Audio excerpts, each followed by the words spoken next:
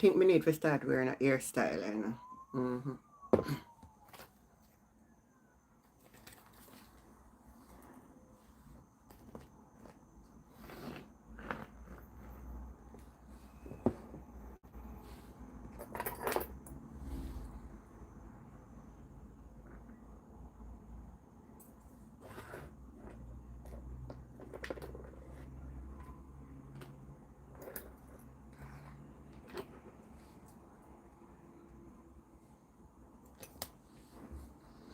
All right. Good night, everybody. Good night.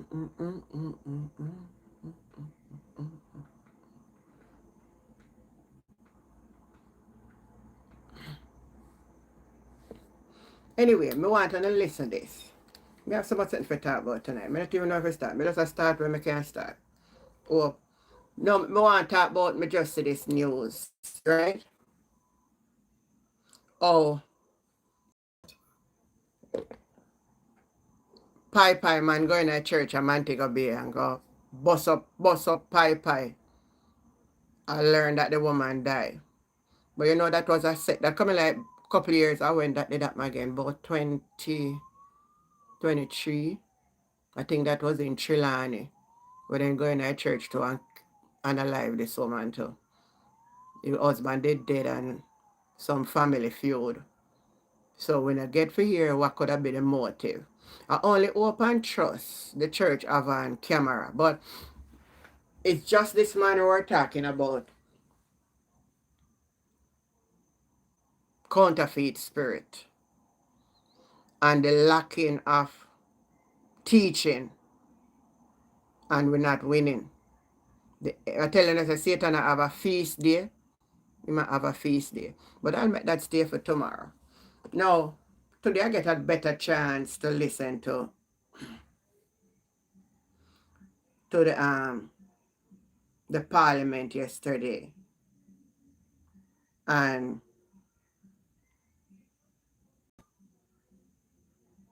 I was listening to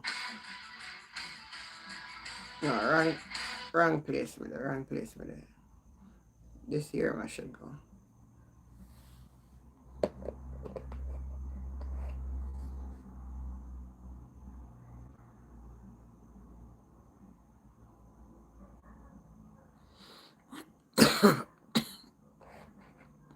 Today I take a deep listen to Peter Bunting, and I want to share it tonight. I want to turn to what I might call the perfect conditions for abuse. The combination of secrecy and indemnity. The bill compounds the risk by combining these two dangerous provisions. The first is the secrecy clause. Officials are legally bound to treat documents as confidential with criminal penalties for disclosure, not administrative, criminal penalties. And then these officials are indemnified for any actions taken in their roles. So you're combining secrecy, executive control, weak oversight, massive discretionary spending. Speaker, this is not the formula for efficiency. This is a fertile ground for corruption. Yes, the bill provides for annual reports, audited accounts, tabling in Parliament. But let us be honest, this is after the fact accountability. We see it in the Auditor General reports every year, but it's long after the horse has gone through the gate. By the time Parliament see these reports, contracts will have been signed, funds will have been spent, decisions will be irreversible.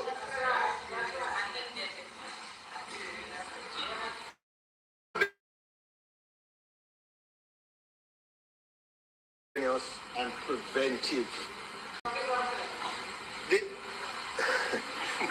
The irony is that in the memorandum it speaks of transparent management. Yet procurement is not transparently structured. Decisions are not subject to real-time disclosure. Oversight is not independent. confidentiality is criminally enforced. So, Speaker, this is not transparency. This is opacity dressed up in legislative language. You hear that? You hear that? I think a lot of people now pay attention to this Naira bill, And I really want to encourage you as a Jamaican to sit down and listen to this thing. This is not a joke thing. You want to listen to Isaac Buchanan. Members, could you please turn off all the mics? Turn off all the mics. The next speaker going to be the member from Portland Eastern. And after the Portland Eastern, we're going to have the member from St. Andrew North Central.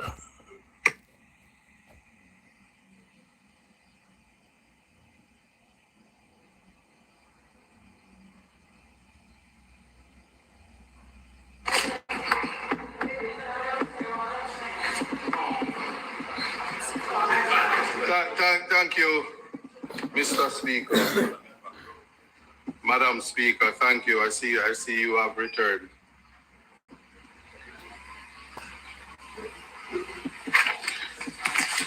Madam Speaker, I have to give my contribution, and it is one in a legal context. I will just address the first aspect, which is it speaks of a bill entitled, and there's just one particular aspect that I'm highlighting. It says for resilience generally. And it is in that regard that I'm formulating my contribution. Now, section 2 speaks about definition. And I will just simply say that there are, in relation to resilience, Madam Speaker, the definition of resilience in this regard, I would only suggest humbly that it be included. The absence of it leaves it wide open, and it could contemplate resilience as we make it up as we go, and it needs to give some form of direction in that regard. So I would just put for the record a definition similar to that in the UK, which says the Act ought to define resilience as the ability to anticipate, assess, prevent, mitigate, respond to, and recover from natural hazards, deliberate attacks, geopolitical instability, disease outbreaks, and other disruptive events. Civil emergencies are threats to our way of life.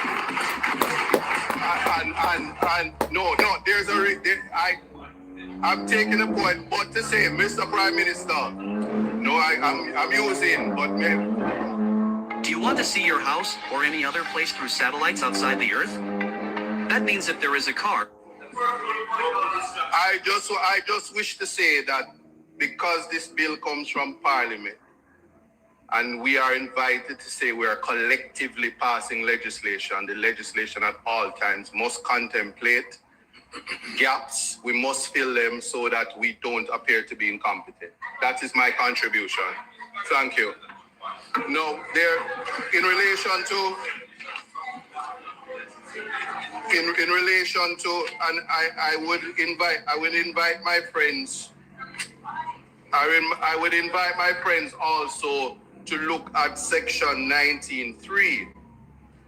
And 19.3 speaks about the plans and what the authorities shall do. In 19.3 it says the development of projects, programs, and plans shall prioritize.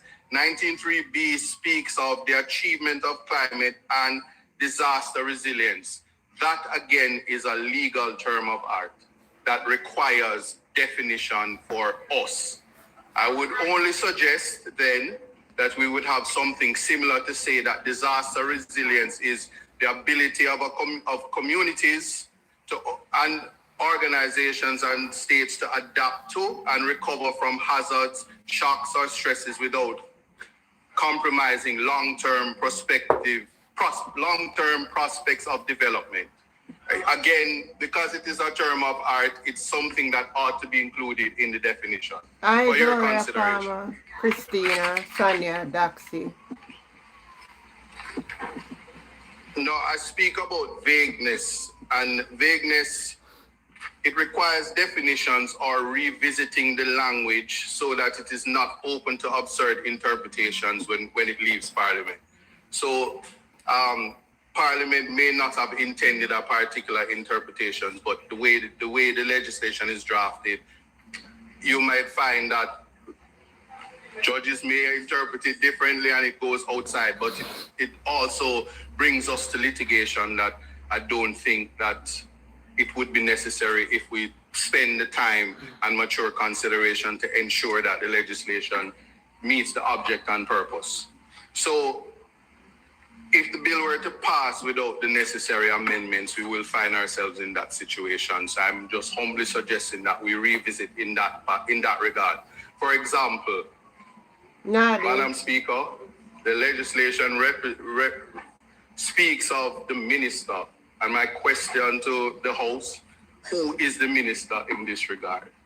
If it is the Prime Minister, the legislation speaks in the schedule, separate from the minister, what the Prime Minister can do in relation to revocation of the CEO. So if the Prime Minister and the Minister is one in the same, it becomes problematic. And I'm simply saying, who is the Minister? That's open-ended, and it's something to consider in relation to interpretation. Very well. No, this part, if for this, the white, I'm saying, no, I understand that, Mr. Prime Minister, but you would appreciate that in this particular legislation, it makes references to the Prime Minister and it makes to a minister. So because of that, I'm saying it needs to have clarity because there are three ministers operating all at once in this legislation. I'm assuming the Minister of Finance. I see the minister, which could be the Prime Minister, then there is delegation. There's so many things happening at once that when it comes to the filling the accountability gap, this will be necessary. So it's just revisiting, and it's not difficult to do in a simple amendment. Who is the minister? And that falls within definition. Marlene, tell you who I'm minister. Now, I'm minister. I would only say in relation to directives and directions that it opens a Pandora's box. That is something that can be revisited.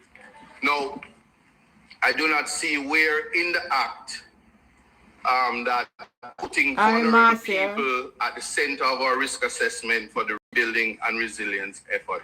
It's nowhere in the Act. I read it here, I read it elsewhere, and the assumption from a human rights plane, from the speaking for the least among us, which oftentimes is the youth and the elderly. The rest can say include me, but they're the rebuilding, reconstruction, resilience ought to consider the vulnerable. That is absent. That's something we need to think about.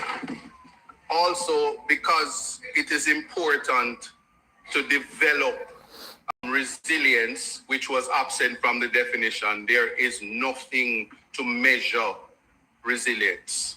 I would only hope or urge my colleagues that we include something in the legislation itself that shows that we are trying to measure resilience, not in the big world, but for Jamaica or Ireland.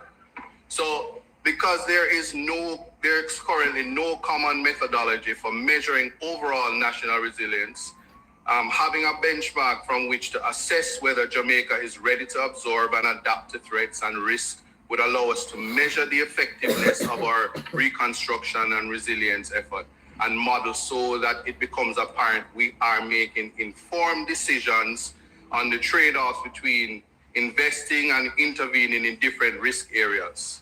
So given the wide powers to the minister and the CEO under the Act, it is important that something is included. A mechanism is included, and I don't think that appointing a board to do that or any mention of such a board, in the absence of that, the legislation would be wholly ineffective to achieve the object and purpose that it was intended.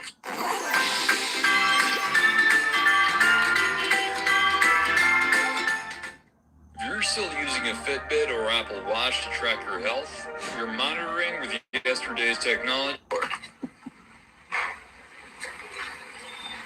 I'll just address my concerns seriatim or Love, point by good point night. in relation to the Dwayne. sections.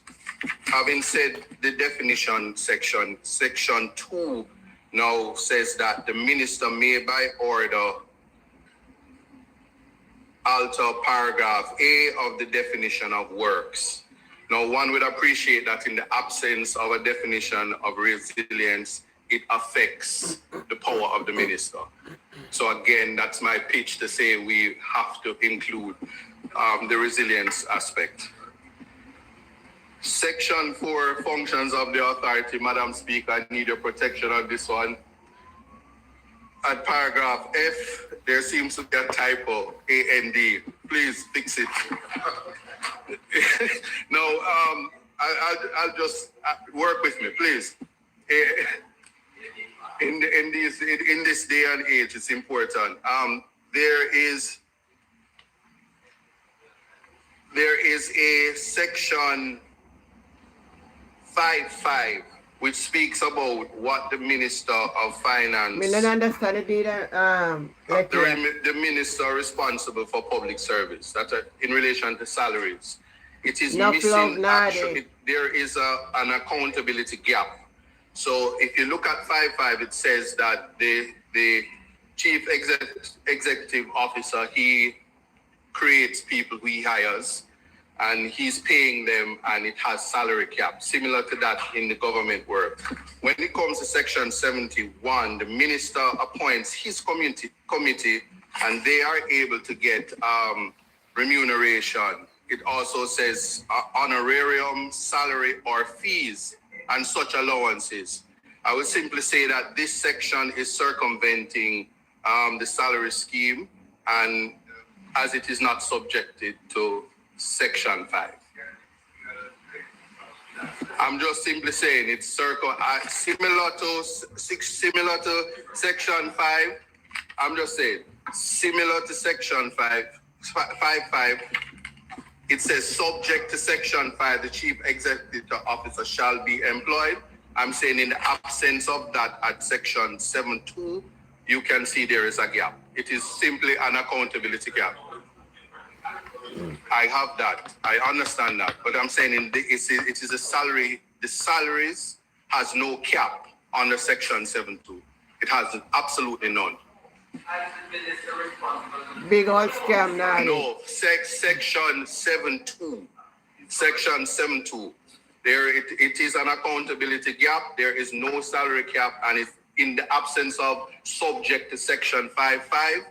Wide pause. And this is in the vein that section 8 says they are to be paid from the funds of the authority, which shall consist of 8A, such monies as may from time to time be placed at its disposition for the purpose of this act by Parliament, and B, all other monies and other property which may in any manner become payable to or vested in the authority in respect of any matter incidental to its function.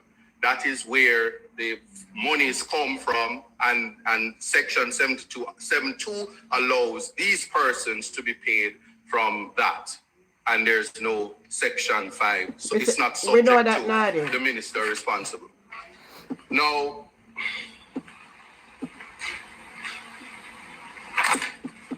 I turn to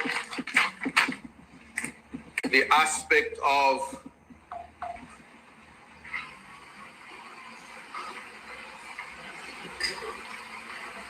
I will call it cost to taxpayers. Hi, Colleen. So we must pass laws that will minimize taxpayers being called upon to foot the bill for waste, corruption, and lack of accountability resulting from the accountability gap that is present in this legislation. For example, there is in the schedule resignation of the CEO as well as revocation of appointment by the Prime Minister.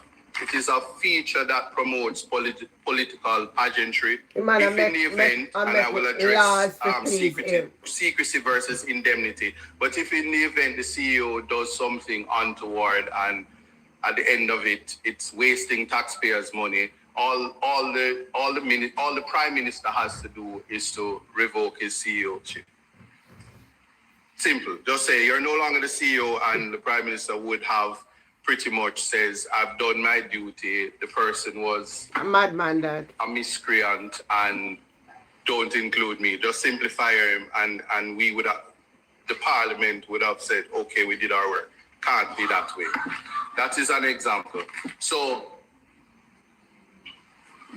that in and of itself has to be revisited in terms of how we deal with it. And here's it.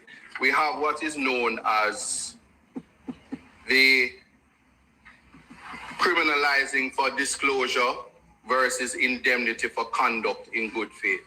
So I know Damien earlier said the member from St. Catherine, Northwest, earlier borrowed my context matters and don't intend to pay me for it. But I must say, context in fact matters.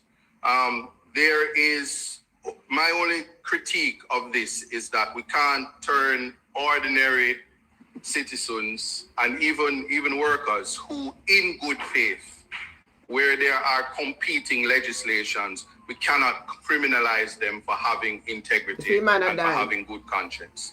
I'm saying that in the vein that in the absence of national security, what would be the basis to block access to information?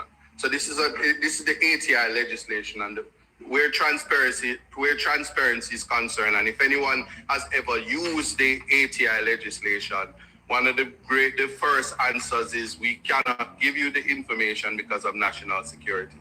In relation to what Section 14 is saying, is that the employee would not be able to give out information in relation to any type of document, and the document may not necessarily be national security. The document may not be one of national security. So we use the secrecy aspect of and put them in legislation oftentimes, and it is just a misunderstanding of the object and purpose for that. And I would invite us to revisit this aspect of it, because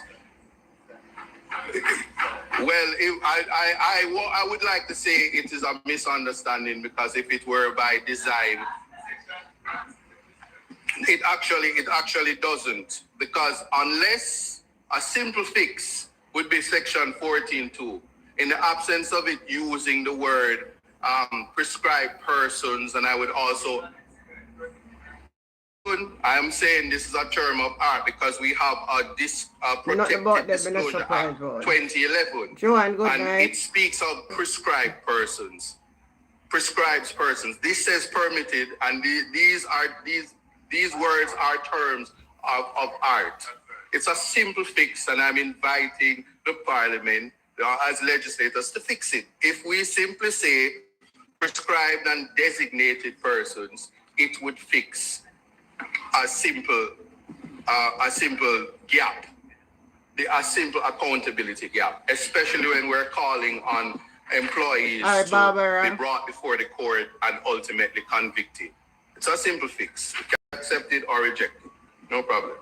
But again, the Protected Disclosure Act 2011 under Section 9, it speaks of a feature, the Auditor General, who is always in Parliament from time to time, where the member from St. Catherine Northwest has said that it is the whistleblower act or section. Just appreciate that it is important to ensure that it doesn't weaken other. I waiting.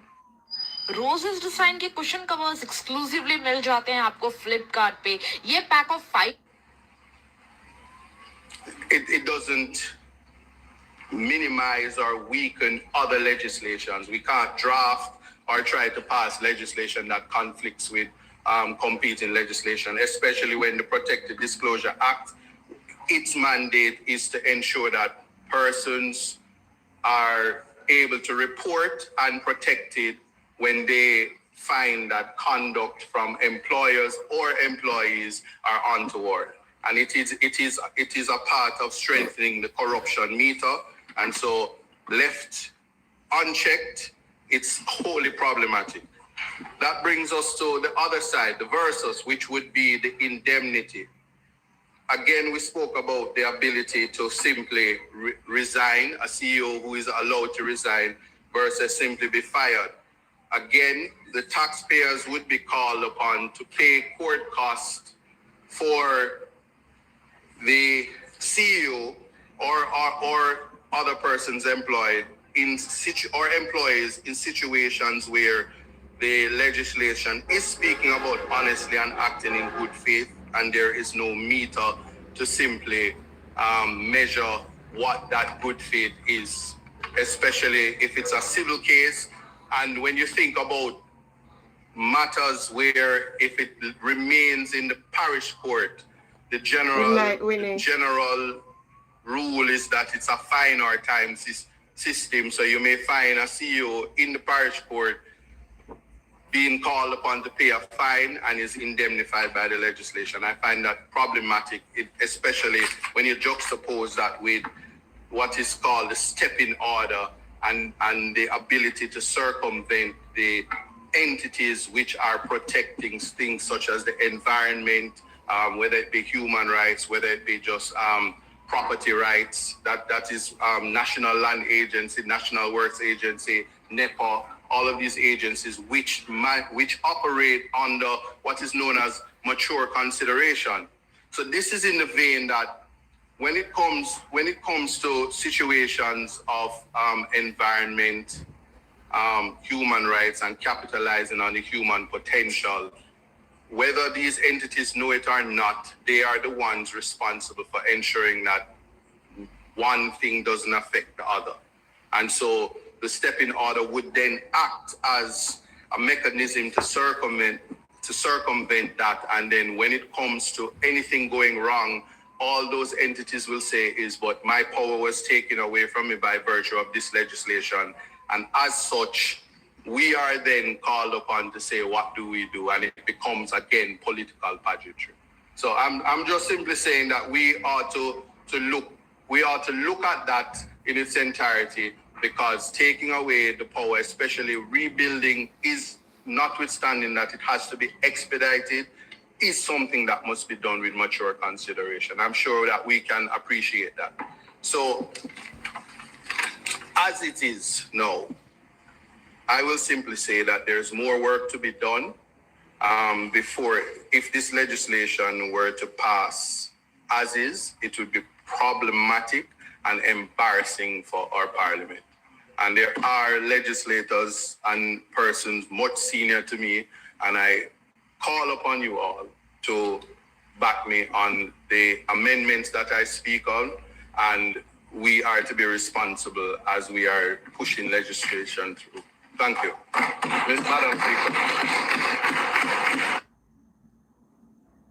I don't know where this man, I don't know if no man a drink too much whiskey, you know, and override everybody in our parliament. Why me not think? I saw all our full. What kind of bill that? Any sense of a somebody can sit down and what kind of foolishness is this?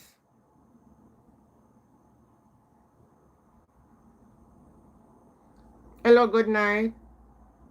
Good night, Auntie Jane, and good night to everyone. Good night. Listen, you see them watching the Malalu talk against what they call it, the thing that they would try to push through. Yeah, the Naira bill. No. It's a plan because Mr. Golden exposed it, and their team exposed the weakness and what will happen. They only come up with her to talk. It's a plan because they know it wasn't going to pass. You understand? And it's a plan. She would not speak against oldness, not she. And then the lady sit them up here and didn't kind of object to something. Nah.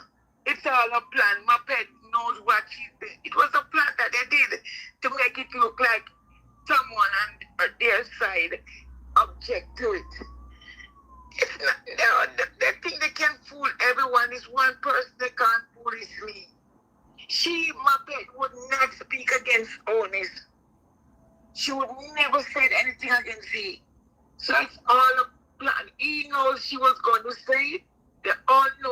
going to do it. I don't know. It's just, I'm not sure if I agree with you. well, you don't have to agree. We all have our own opinion. No, but let me tell you Yeah. one thing. I think she'll try to get back at him because him did take away her position and not pay she in her mind. So I believe it was because when you see the whole I comment them from the labor right, them a cuss her out big time. And all nationwide come out and say them for sack her and get her out of party and them something. It couldn't be something we plan. I think she just get up and talk. She's going to get back in. Don't worry. It's only a little bit before next month end. She's back. Something they're going to do. She's going to get back in. Only like her bad. I don't know. It's just because of Bigfoot. She didn't get a position. You know, so only like her bad. I imagine and believe. But I don't trust any of them in what they say. All I know that only mess up the country. 1 minute he's going to build a new hospital. 1 minute he's going to bring in this.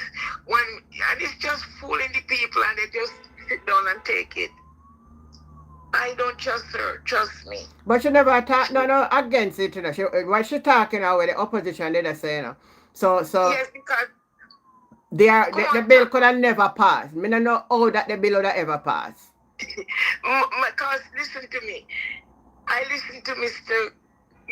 Marky G. I listened to a couple of them, but I didn't listen to everyone because I can't stand that woman there. She might be cutting people off, and that really irritates me. So I only listened to two of them.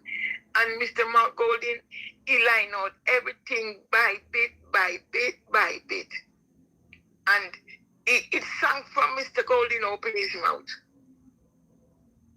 It went down the drain. Yes, they might have the majority to pass any bill, but it was going to be a tough one to get this one through. It have to go through Senate and one PNP have to agree before it can pass. So it's still not going to pass. Well, you know, that's it. So, it wouldn't pass. Or if they pass it in the lower house, it have to go to the upper house. Oh, I see. Thank you. Well, I'm learning a lot about the Jamaica. Even if they pass it, the opposition can carry it to court.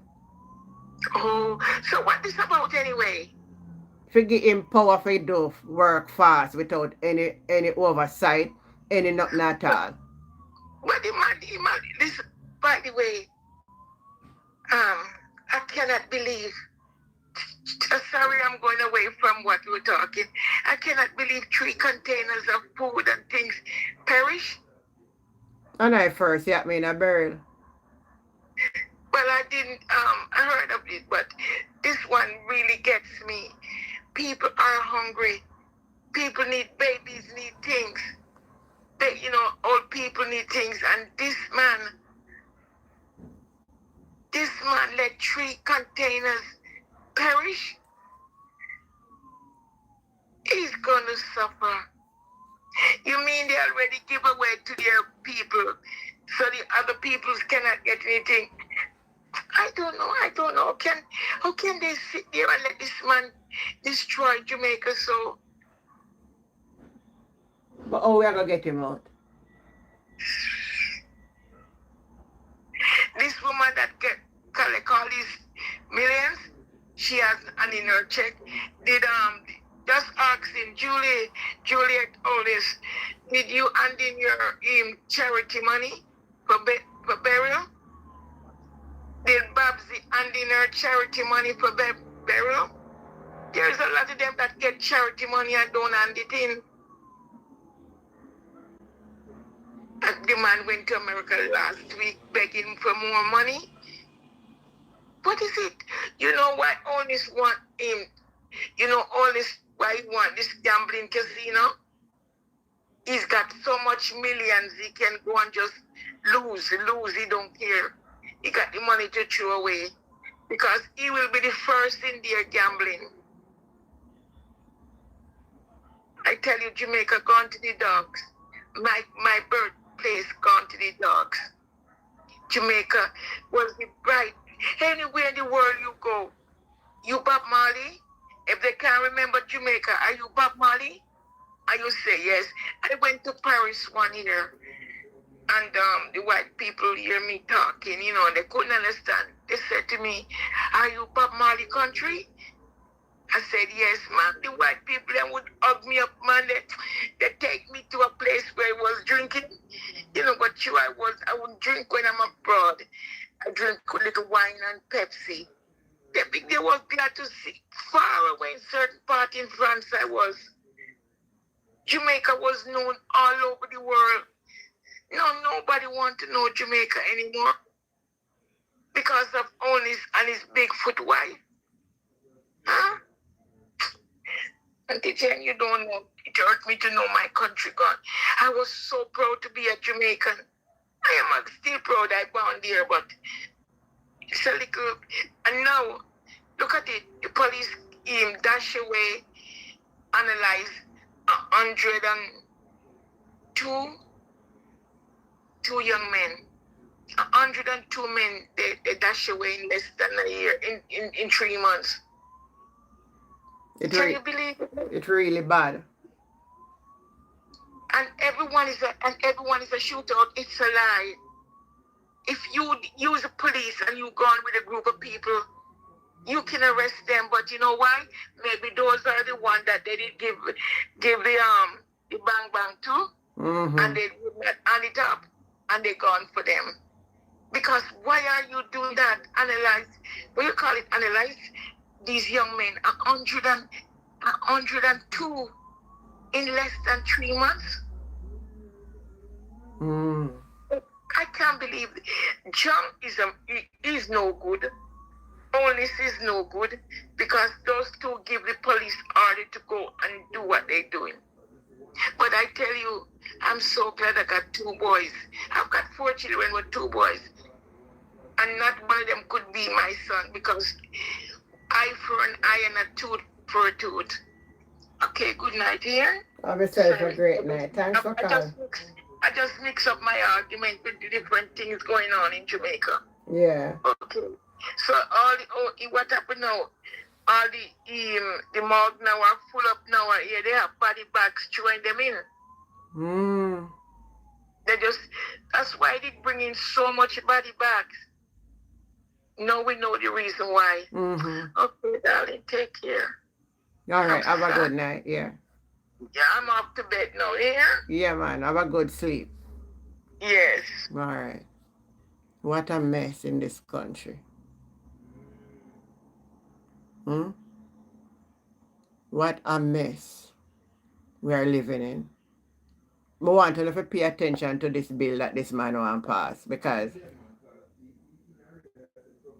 So anyway, I don't know if I don't see the video, but let me look back for it. Me just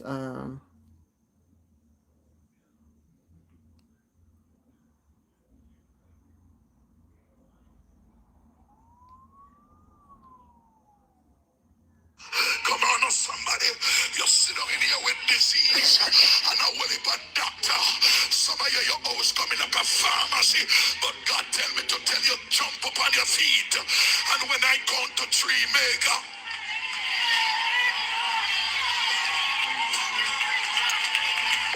Touch your neighbor and say, neighbor, the pill them now work. Deep.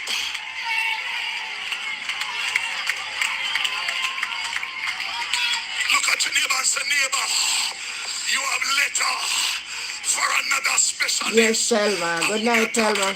This letter is the 3rd one.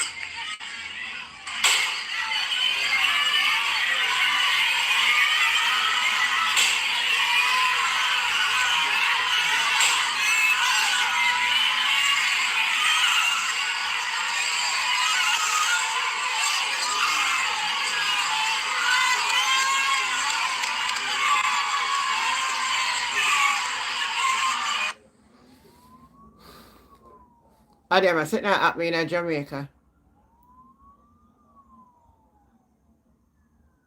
Right in a church. The people then say them they are fasting, sir. Me tell them all the while so we not do the thing the right way, you know. Me tell you from my program. You see how all light unfold? You know, hear about the killing in our church at Montego Bay today. Pie man go in there, go pie down. Oh man, me say, oh man, die now. Right in our church, in the midst of the preaching. Yes, may I show it again. I, Vivian Lawrence. Jordan dirty, but I want to get rid of leprosy. Deep. Come on, now somebody. You sit down in here with disease and a whole heap of doctor. Some of you, your house coming like a pharmacy. But God tell me to tell you, jump up on your feet. And when I count to three, mega.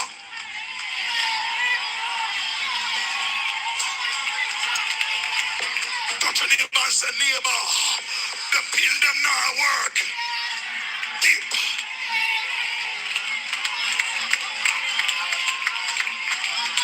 Look at your neighbor and say, neighbor, you have letter for another specialist. And whom you talk to, this letter is the third one. That. One more again. Three again.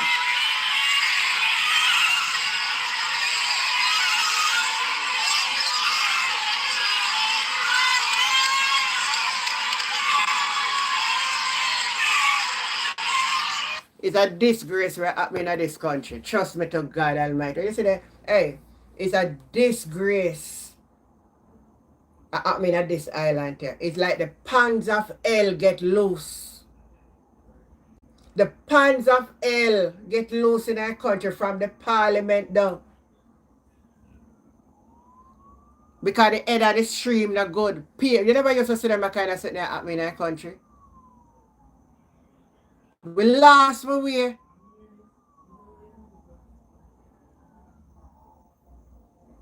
Today happened, Letia. Diane, good night. Unless you say we're gone.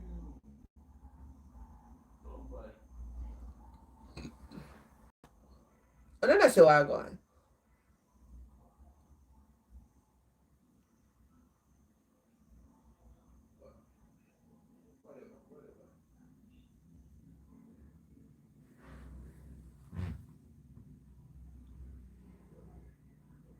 Over TikTok, I'm sure I don't think I know that sick. I'm sure TikTok.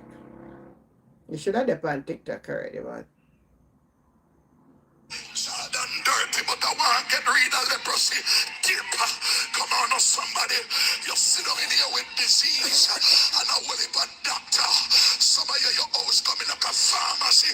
But God tell me to tell you, jump up on your feet. And when I If you tell you when they talk about this God stuff, you tell you I lie, then lie. Oh, God not sure say man, them are coming there. I'm going to talk about it tomorrow. The pill them not work. Deep.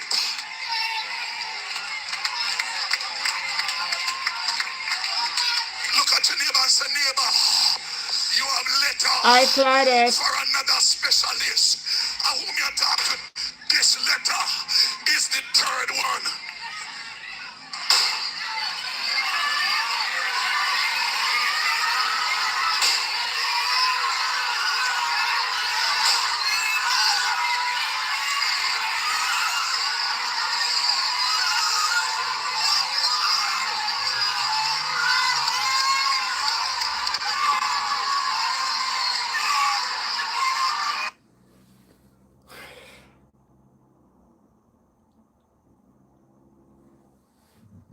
Boy, you know, look good.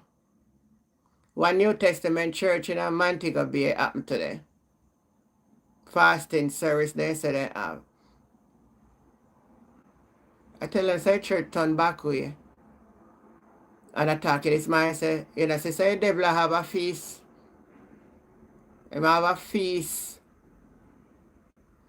New Testament church, me understand. I don't know the church. It's in Montego Bay, it took place today.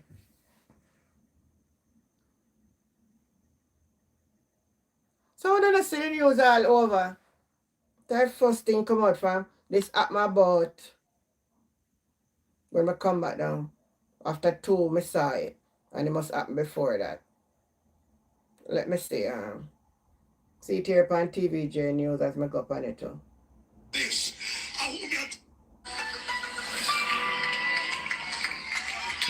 Look at your neighbor and say, neighbor, you have letter for another specialist. And whom you talk to, this letter is the third one.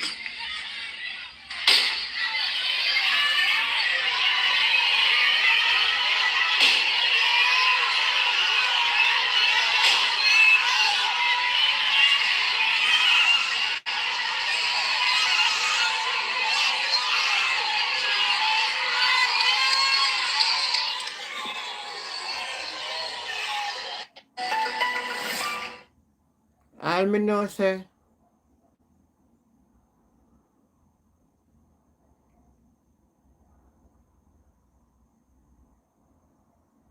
Jamaica need help, but we forget. You see the spirit where rule the country, man. The element of what take place. Every day is a crisis in our little country. Every God Almighty day. Not one day pass. Something have to head the news. And it not good.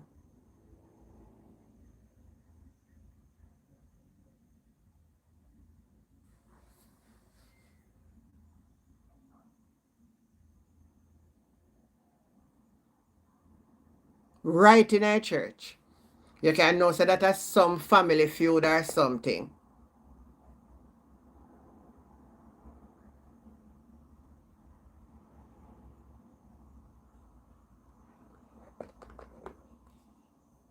All over social media now, see it, yeah?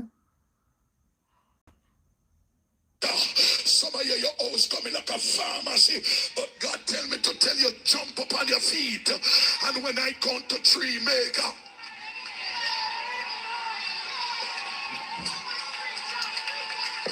Touch your neighbor and say, neighbor, the pill them now work. Deep.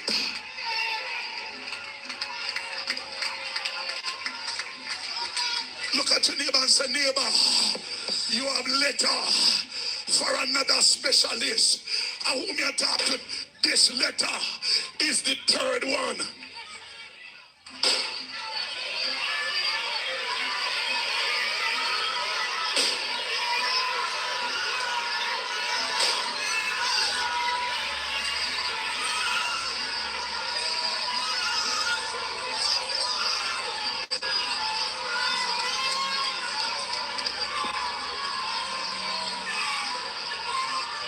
Here, touch your neighbor and say, deep. Aaron Summers, Senior Superintendent of Police, commanding officer for the St. James Division.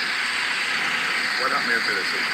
At about 2, sometime around 2 p.m. this afternoon, whilst there was a service ongoing at the Montego Bay United Church located here along Water Lane, a lone gunman, masked gunman, attacked a lady who was selling books in the churchyard. This lady was subsequently rushed to the hospital where she was pronounced dead. It is really an unfortunate incident and really an attack against, I would say, the city of Montego Bay. We are very hurt and upset about it, and we will not spare any effort to find who the killers are.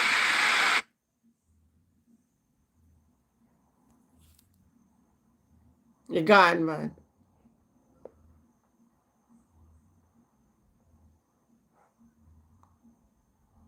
And everybody in there.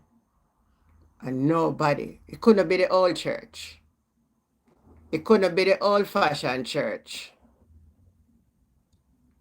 Man like that going to church have to surrender.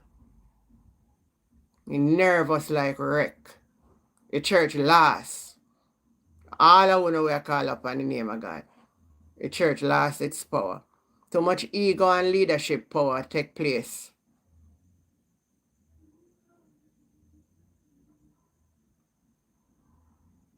And nothing more than nonsense the preacher did in our church I tell the people them. One bag of nonsense. Same thing me I talk about on the morning program. For this week, me don't know for a reason. The theme is about Satan counterfeit spirit. And how rampant it is in the churches. And look at this now.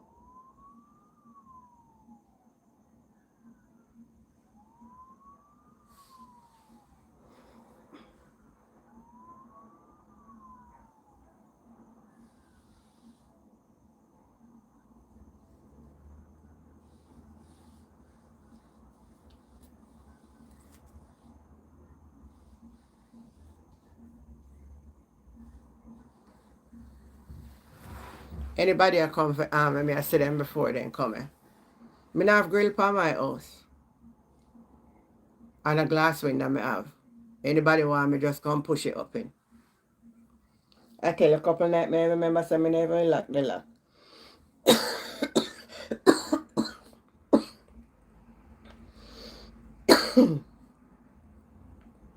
Now me have dry cough. Because I have no more mucus I come up. It's so embarrassing. It no matter what we want to say, you know? It no matter what we want to say. It gone, man. It gone. Not even like a place of what we call worship not safe.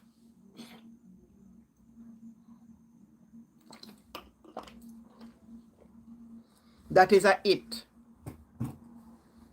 That's a it. That is a it. Somebody pay him for do it. But I hope the family member then will read through the line. Because any conflict or anything, they would have know. But this is a it. And them tell them, go right to church, man. A church you for go for her. And then go right to a church for her. The policeman says a lone gunman. Odin is a lone one. Him alone go. One man go. And go in a church, go fire 3 shots.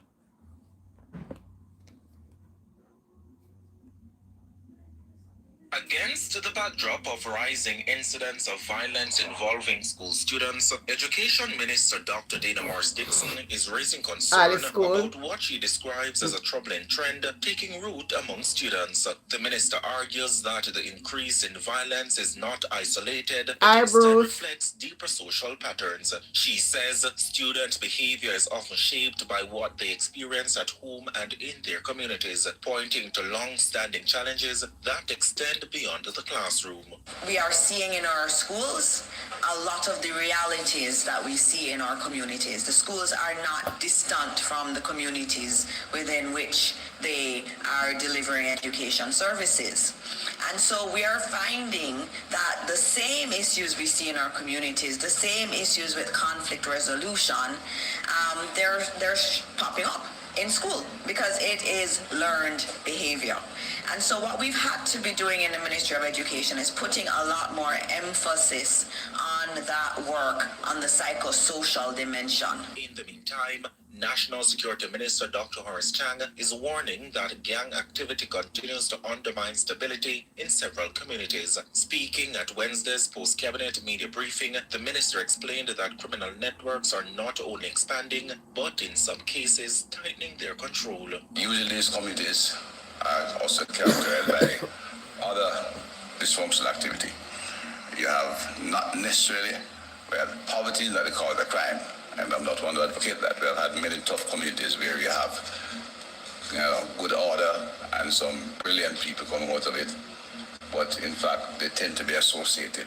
And it was the mission of the government to stop the violence, whether in the community, on the streets, and unfortunately sometimes in our schools. Dr. Chang warns that fears and insecurity are already impacting daily life. He notes that social activities could decline as residents become more reluctant to gather and to move freely. As a society, we're fully aware of social activity. So if coming out with a lie, I tell people about crime under control. Social activity in Jamaica.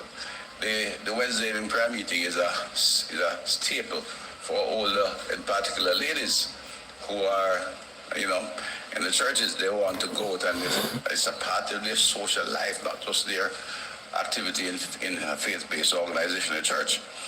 When the gun starts firing, they're afraid to leave their home because they get caught in gunfire in the streets. Despite the challenges, the security minister says there is a coordinated effort across government to keep violent crime in check. He notes that his ministry is working closely with other portfolios to ensure the country's murder rate continues on a downward trajectory. As we work collaboratively with various agencies to impact the vulnerable in our difficult communities. We work very closely with the Ministry of Education in several areas. We collaborate with the Ministry of Health, we collaborate with the Ministry of Labor and Social Security. So the Ministry of National Security and the staff, including the police, is a primary interface with the public, and especially the vulnerable public. Since the start of the year, Jamaica has recorded 159 murders, down from 219 over the same period last year. Akeem Oret for CVM News. Not the way Against government the are telling back, that Dr. not Nicholas talking said- to. So the little boy with the unalive up at St. Thomas, the next schoolboy, the little 13-year-old them say said that he's gay. And the people, there's a stigma upon him in the community. And that's what people have said. I don't know if there's any truth to it, but if there's any truth to it, let me say this to everybody upon this life, and I think I say it well. Every man have a choice to live how they want to live. And nobody can take another man's life because they choose to live how they want to live. You may be saying, oh, yeah, sir. Let's listen to what I'm saying. Always upon the face of the earth, no new. It was there from long time ago. Man will always be man. And mankind always will do what they should not do. That's why God give us free will. If this is the case, and that is really why the little boy lost his life, it is wrong. It is so wrong. How much of us analyzing people about because them a do this and them a do that? Yet at the same time, I know I do worse. Everybody have a right to live. Till God take the breath out of them body. And I don't know what kind of demon overpower them a put in high school, you know. I'm going to take this thing to a different level. Gang in high school, Dan in high school, murderer in high school. Because some of them, when you see in high school, in their community, them are do things. In the community, them are do things. And take the same dirty bad behavior and go to school. So me talk it on this platform, so the method in which the government are used about crime. And we don't lying lips and statistics in this country. We're not go so. Because since election in come and talk about crime down. How many other certain when I report in the public domain? No crime is done in Jamaica. None. Lie them telling us.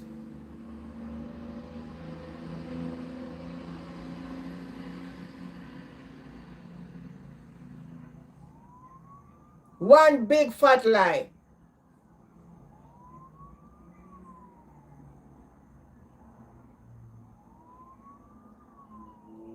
So pressing the number in the country for make you look good. Show you how deep your evil mind is.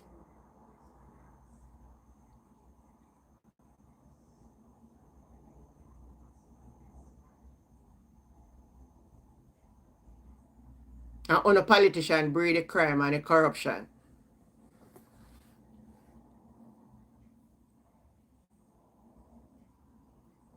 Every day family affair mourn. Every day family are mourn. When you not even plan for them a kind of something. You send your picnic at school. And we've seen that trend since the start of the year.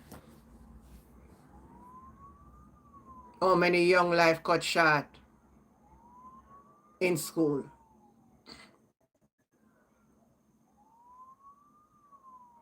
And we still sit down and allowing it. And the truth is, the teachers them also afraid of the picnic them in high school.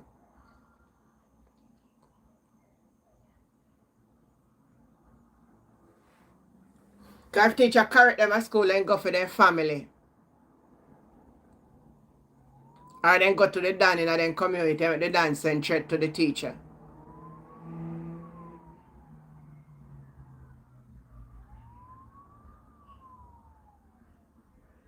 So it's a moral decay in the society.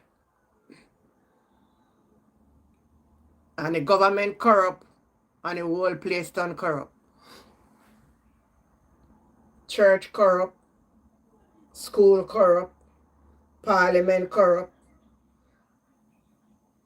hospital corrupt, everything corrupt.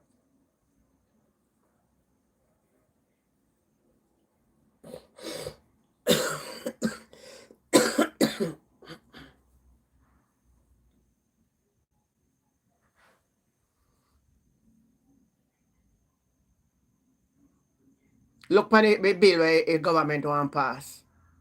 A one other Dan bill.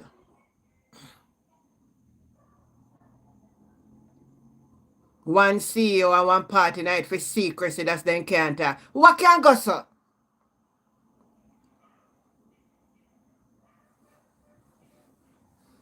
And at the same time, his wife in a parliament behave so bad. Megan Kerry, long time. Welcome back. Juliet behaved so bad in the parliament yesterday.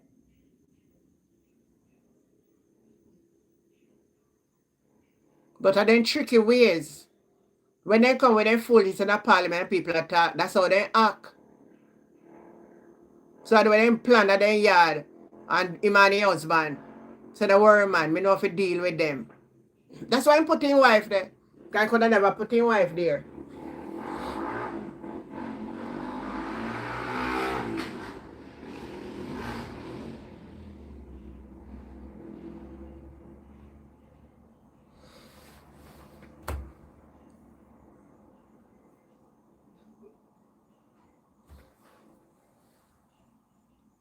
Good night, Vian. This is getting shameful now.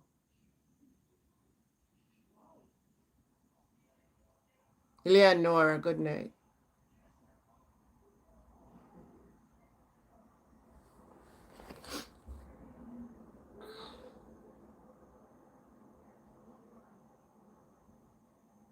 Madam Speaker.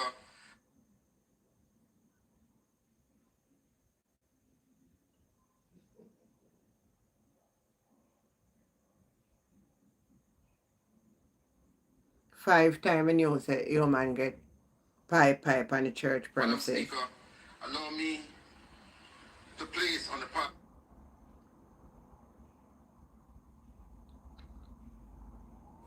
I want you to listen to Peter Bunting contribution. I don't think a lot of you listening. I want you to listen to this. I want to turn to what I might call the perfect conditions for abuse. The combination of secrecy and indemnity. The bill compounds the risk by combining these two dangerous provisions. The first is the secrecy clause. Officials are legally bound to treat documents as confidential with criminal penalties for disclosure, not administrative, criminal penalties. And then these officials are indemnified for any actions taken. Combining secrecy, executive control, weak oversight, massive discretionary spending. Speaker, this is not the formula for efficiency. Good night, Connie. This is a fertile ground for corruption. As the bill provides for annual reports, audited accounts, tabling in Parliament. But let us be honest, this is after the fact accountability. We see it in the Auditor General reports every year, but it's long after the horse has gone through the gate. By the time parliaments see these reports, contracts will have been signed, funds will have been spent, decisions will be irreversible. Accountability is not just retrospective. It is contemporaneous and preventive. The, the irony is that in the memorandum it speaks of transparent management. Yet procurement is not transparently structured. Decisions are not subject to real-time disclosure. Oversight is not independent. Confidentiality is criminally enforced. So, Speaker, this is not transparency. This is opacity dressed up in legislative language. When I hear them somewhere, the secrecy clause in the NARA bill, the person who I go angle it, I go anyhow then talk out the secret. Let me play it again, me gonna hear, because I want to listen to this carefully. I want to turn to what I might call the perfect conditions for abuse. The combination of secrecy and indemnity. The bill compounds the risk by combining these two dangerous provisions.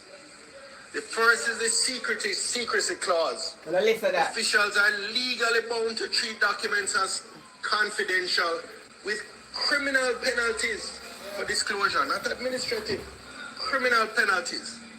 And then these officials are indemnified for any actions taken in their roles. So you're combining secrecy, executive control, weak oversight, massive discretionary spending.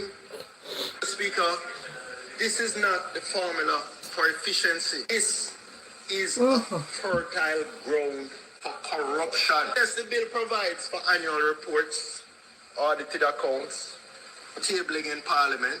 But let us be honest, this is after the fact accountability. We see it in the Auditor General reports every year, but it's long after the horse has gone through the gate. By the time parliaments see these reports, contracts will have been signed, funds will have been spent, decisions will be irreversible. Accountability is not just retrospective, it is contemporaneous and preventive. The irony is that in the memorandum it speaks of transparent management. Yet procurement is not transparently structured. Decisions are not subject to real-time disclosure. Oversight is not exactly like here.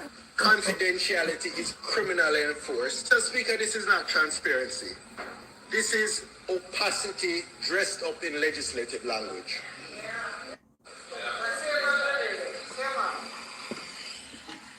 I want to turn to... This is a real outer than this in our country, do you know? Blatant. Huh? Or why you listen to Mark Golding? This is like a massive conglomerate being operated by a single officer, a CEO with no board and no proper oversight. It's wrong. This bill ought to establish a board along the lines that Jamrock is intended to follow, and that board should be the board to which the CEO reports. No and there should outrage. be proper governance provisions in the schedule as to how that board operates, and clear lines of oversight and accountability. Jamrock has no legal powers and is not a legal construct. It cannot effectively provide oversight or ensure accountability within NARA. It has no legal authority and it doesn't exist in law. And to suggest otherwise is very misleading to the public. Very misleading to the public. Subsection 3 of Section 4 says that for the purpose of performing its functions under the Act, the authority may, subject to any regulations that may be made, do anything and enter into any transaction which, in the opinion of the authority, is necessary to ensure the performance of its functions. Anything. And that effectively means that the CEO for money. can unilaterally decide the scope and boundaries of its activities, because the CEO is the only required employee. There will be other employees, but the CEO is the only person who has real authority under this legislation within the construct of NARA itself. And it says that he, or she, can do anything and enter into any transaction which in the opinion of the authority, which means his or her opinion, is necessary to ensure the performance. Boy, me tell you something, boy. Me never know me that listen to them. Them a drama in our country. One man believes him for do all of these things. No, man. No. The parliament have to put the speaker in our place yesterday. I had not originally intended to contribute to the debate because I was confident that the leader of the opposition would have covered the points. And I think the use of the standing orders to curtail the important contribution of the leader of the opposition was very unfortunate. Though consistent with a growing practice of suppression of voices not supporting the government.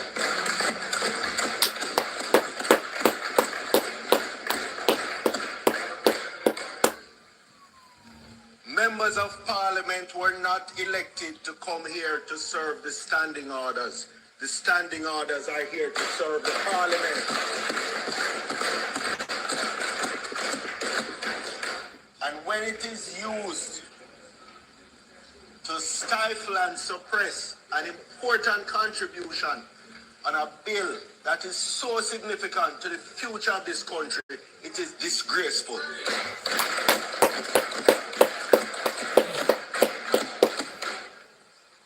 Mr. Speaker, we can begin by acknowledging the scale of the crisis. Hurricane Melissa inflicted devastation of historic proportions. That demands urgency, it demands coordination, it demands leadership. But above all, it demands accountability. And that, Mr. Speaker, is precisely what this bill fails to provide. It is a blank check without guardrails. This legislation creates an authority with sweeping powers over billions of dollars in reconstruction expenditure, yet strips away the very safeguards that protect public funds. The authority is empowered to procure goods, works, and services directly. It can enter into any transaction it deems necessary, and it is funded by unlimited parliamentary appropriations and other inflows. Mr. Speaker, this is not reconstruction governance. This is a fiscal free-for-all. Where are the explicit procurement rules? Where are the independent oversight mechanisms? Where is the requirement for competitive tendering, public disclosure, or value for money audits in real time? Instead, we are asked to trust blindly that this authority will regulate itself. That is not how Westminster democracy works.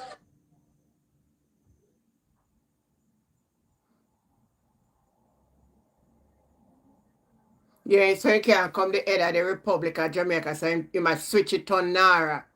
Strategically to NARA. To give him the same power he want under the Republic and realize him now can bypass it. You don't this still not pass. This not going nowhere. This NARA bill will not go nowhere in Jamaica. Because, I tell Uno right now, all of Uno will listen to me. This NARA bill, if them get it go through, we are taking it to the court. And we don't lose when we go to court. And if we lose it, we take it to the Privy Council. We are not going to sit back And when I say we, I mean the opposition, and allow you to come dictate Jamaica future with your corruption self. You and your wife need to come out of the House of Parliament, man. When you all want to go to bed at night and go lay down and plan how to come acting at the Parliament, it'll get from bad to worse now. We're sick and tired of the disgrace. I Fergie. So in change your name now to Jam Rock. I'm not tell you man a tricksters, man. We are talking about the man last week, don't? And the tricks we him use. Well, I think the PNP get the grip of it. When he go one way, and that's why him twist up it with Sparks and Reach, you know. Because when he have Sparks, he switch it back and say we are coming with Reach. And come out and go in a one PNP constituency, go same start Reach. And then he Reach stop half quarter mile. So he come back now, I can talk about Nara. Then when he exchange it last week, he come back and say it her name Jamrock. I tell you, see, man. And I can't say how some other Christians support this man, you know. I'm telling you so, I can't say, you know.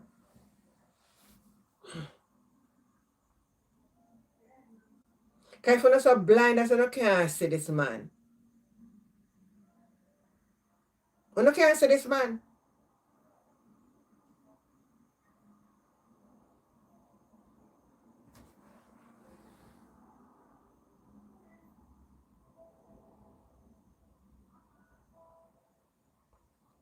I'm not looking for it to pass, but I'm saying if they do get it passed, I've seen it in the court. And I think the opposition must start prepare themselves to take them a court.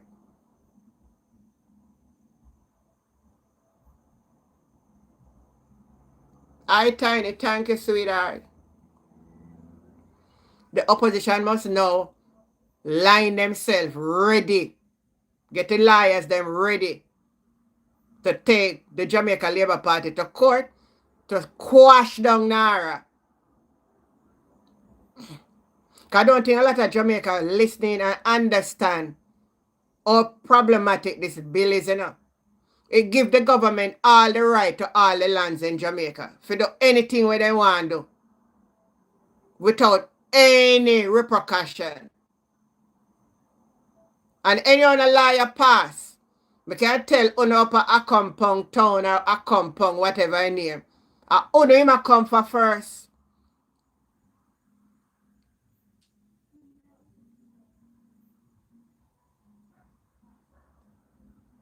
Alright, so when it passes at the lower house, it still have to go through the upper house. So it have to pass through the Senate also. All bills pass through the both house. And only, yes, the parliament have the majority. When it get to the Senate, they need one opposition to vote alongside them for that bill to pass. This bill not going to be just like an ordinary type of bill for pass. But then just run through with their majority. I don't think someone will understand how the parliament works. Betty and good night. There are some laws that are going to be deeply entrenched. Remember, Christian and Holy different. Will you right with that?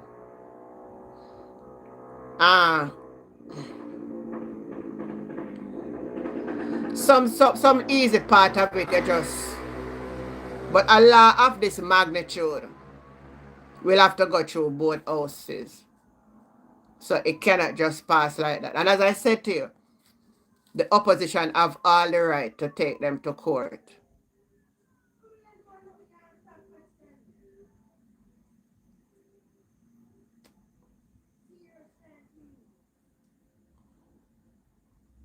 I would name still, you know, some of just feel say, Joseph Johnson have that name, yeah?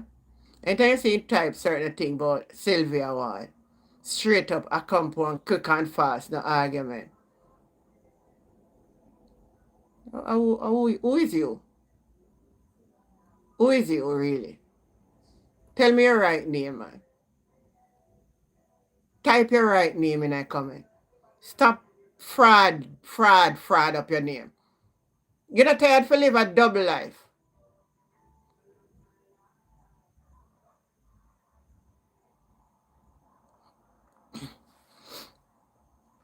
All right, so you're saying, you're saying Antigen Rattigan was explaining it last night. He could pass it. He who could pass it. That Andrew could pass it. Wait, so if I read it good, I missed it. I'm read it again. It's Sylvia, straight up, a compound, quick and fast. No argument. How should I interpret that sentence?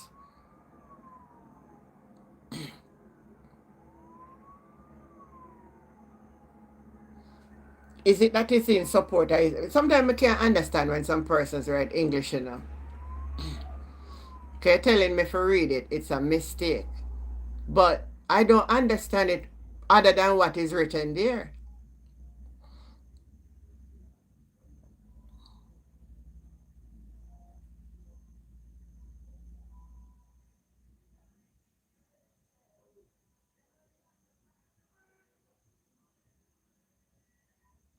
I think it's a trick. We talked this the other day that I think he's doing a trick, knowing that knows say all of this gonna pass. Then he's gonna say the opposition making candidate. Then I have no money. Me telling already.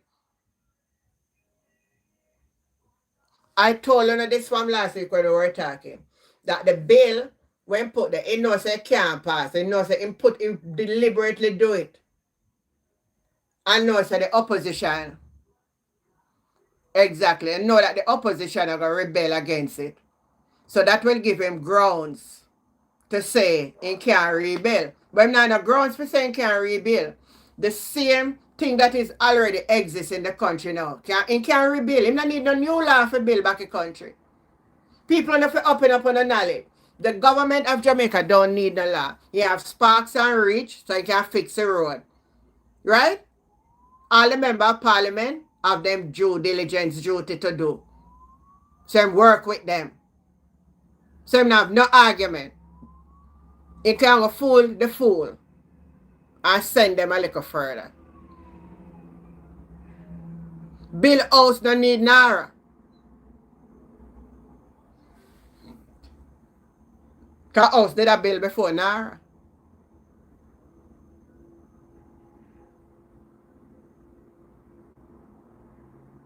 So it's a trick in it too.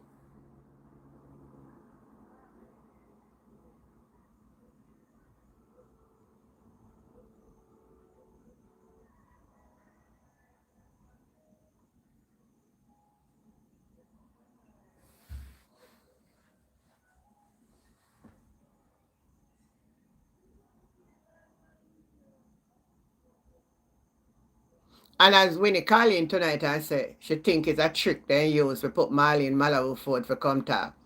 Alright. I will be watching in the coming days to see how they react to Malawi Ford. And then I will know if I trick, I try work but another trick.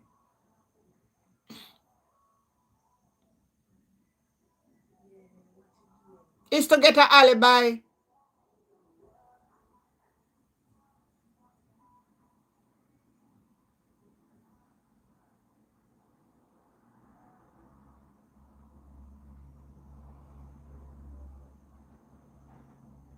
Oh, I like what you put there, Doreen. This man is very strategic. From his first term, he said he used strategy. So, make me figure it out, man. But he might lose by some of them. I tell you, say you can't use the same trick all the while. Some data go run out.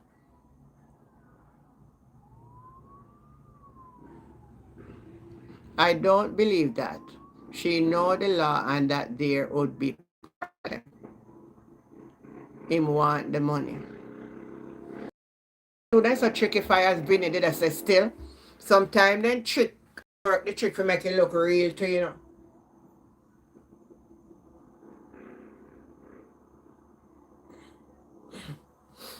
You say if she said on her own, them are gonna have a fallout. If they don't have no fallout, I them plan it up.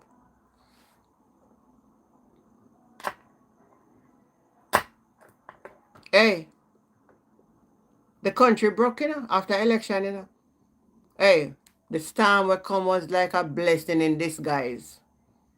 We blame everything upon the storm.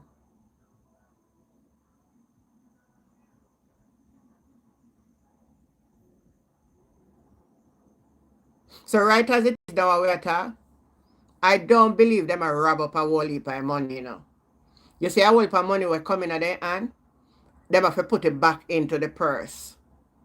So that they can continue to pay government work and all of them something there.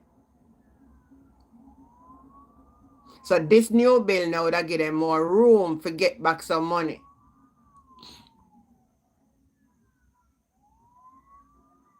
Straight up evil letter. But he think he knows the opposition leader through pattern.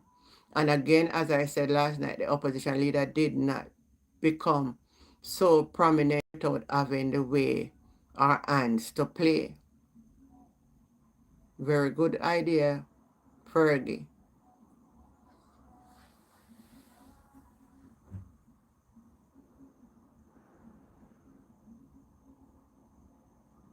The man just live evil. The man is just a evil. The man is just a evil. And his wife behind him.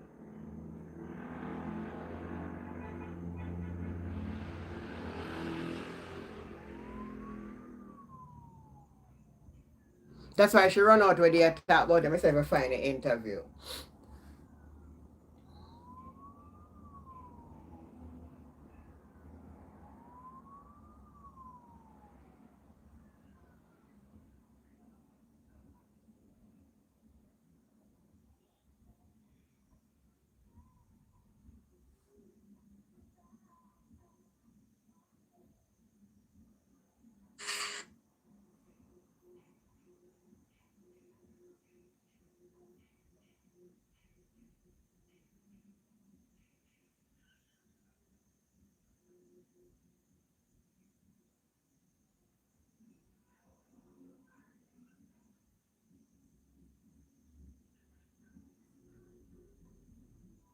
And so I say respectfully. What does a strong woman, a strong Jamaican woman, truly means to you? Oh gosh, it has been something that has come to me over time. I will remember Too bad up in never this incident. A lady came to the constituency office. She's not from my constituency. Not that one more. Let me see what Doreen said. Jenny, I know I am not supposed to hate people, but when I heard this voice or see him or anything that I am watching, I am keep over him. I understand how you feel, but you have to just not make them make you have nothing in your heart.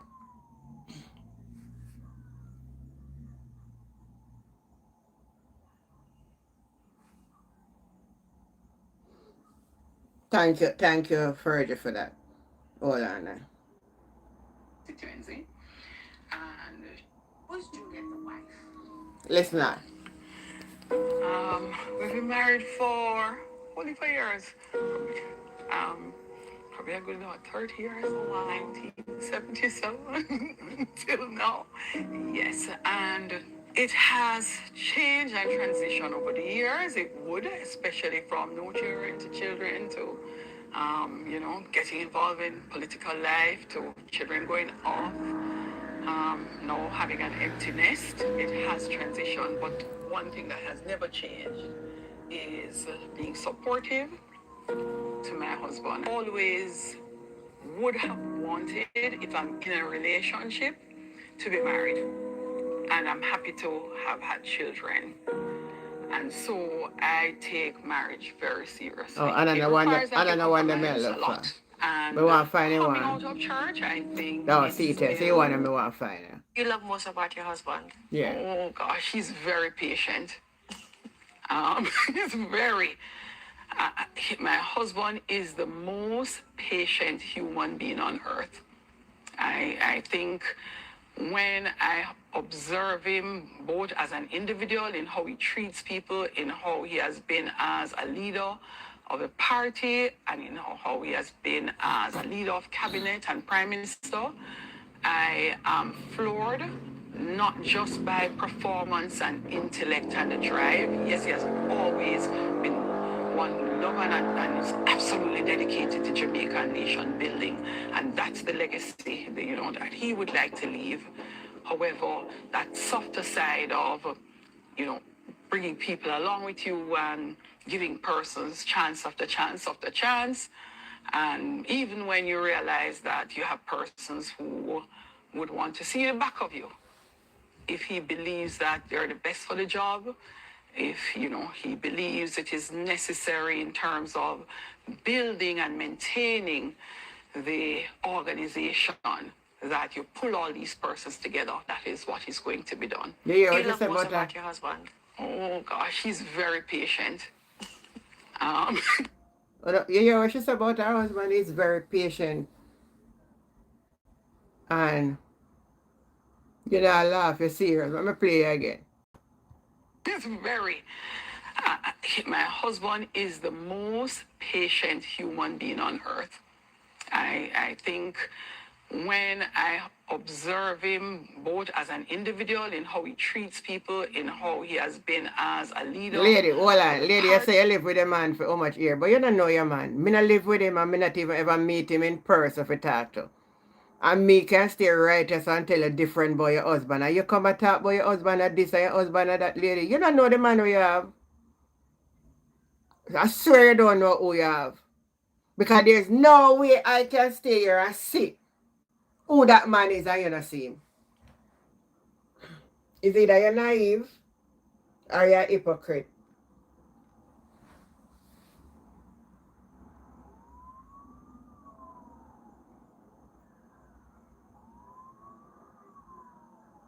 If you can certain question I don't have to answer in a public because it make you look like an idiot. Me not know your husband. And how he has been as a leader of cabinet and prime minister. I am floored, not just by performance and intellect and the drive. Yes, he has always been one who loves and is absolutely dedicated to Jamaican nation building, and that's the legacy that he would like to leave. However, no, lady, him not gonna leave that the kind of legacy, ma'am.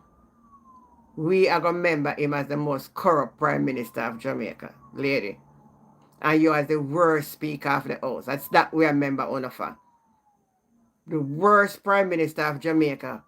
The first prime minister can certify in a Jamaica for how much year and can declare an asset to the Integrity Commission. And them that's something we remember him for. And them that's something we remember him try pass a Nara bill to make him be the one order of the country. We are going to remember on for them. That's something. We are going to remember how you misbehave every time in the parliament, lady. On now left such a good legacy. In a look good, we're not going to leave here. Especially you. You need to behave yourself in a parliament, So I don't know what kind of legacy you talk about.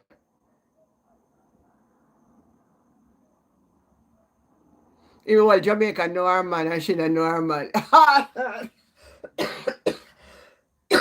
Oh, I laugh at the camera. I try to talk out loud and laugh. Me a cough in it. So don't make a laugh tonight, let's hear. Everybody else know her man and she don't know her man. Your man is a trickster.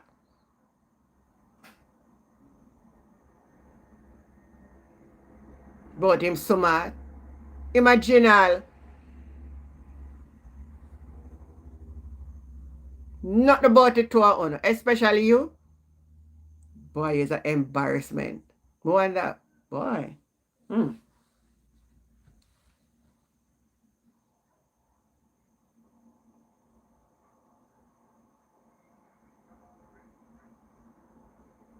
Oh, Fergie says she's helping because she is an accountant, auditor, before she work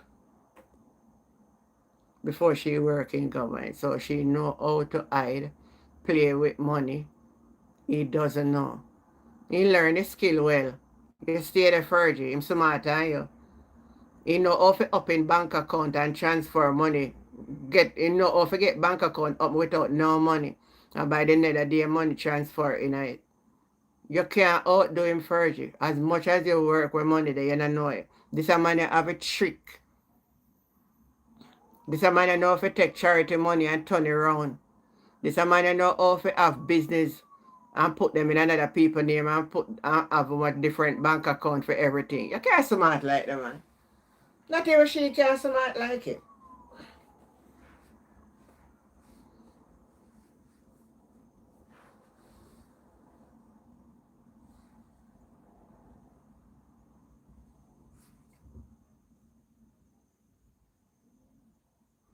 He has the trait. She have a brain. Trickery and lie. And believe their own lie. Alright. I'm going to open it. I wonder your chat for night now. I'm going to open up a phone line now. I'm going to open up over TikTok. If you send me a message in the box, my audio, and you can join the conversation. Over YouTube, you can call the WhatsApp number, leave on the views, and share whatever on your mind. Tell me what you think about what we're talking about, the Naira bill. We have to talk about the Naira bill because a lot of Jamaicans not even know about Naira. Somebody don't even know about this new bill where man want pass, what it is all about. The side of, bringing people along with you.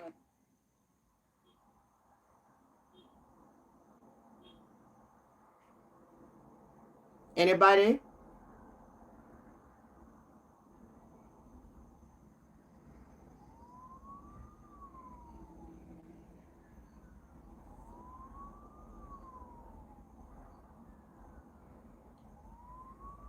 Alright, since nobody now have nothing for say, let me play one more. Oh, we never play it.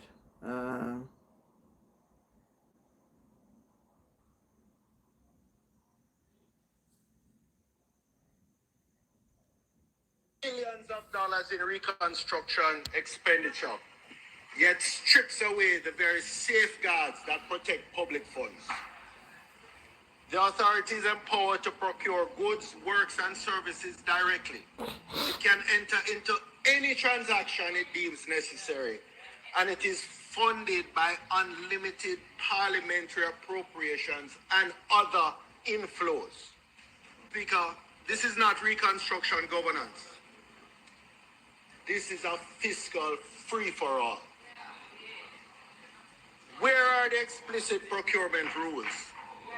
Where are the independent oversight mechanisms? Where is the requirement for competitive tendering, public disclosure, or value for money audits in real time? Instead, we are asked to trust blindly that this authority will regulate itself. That is not how Westminster democracy works.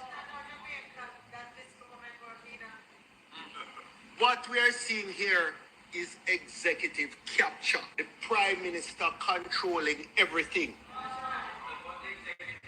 The architecture of this authority is not independent. It is subordinate to the executive. The CEO is appointed by the Prime Minister. The Prime Minister can issue binding directions and the CEO must comply. The cabinet alone determines which projects are approved and which are strategic. This is not a balanced institutional design. This is centralized executive control over project selection, procurement, and execution. This legislation creates an authority.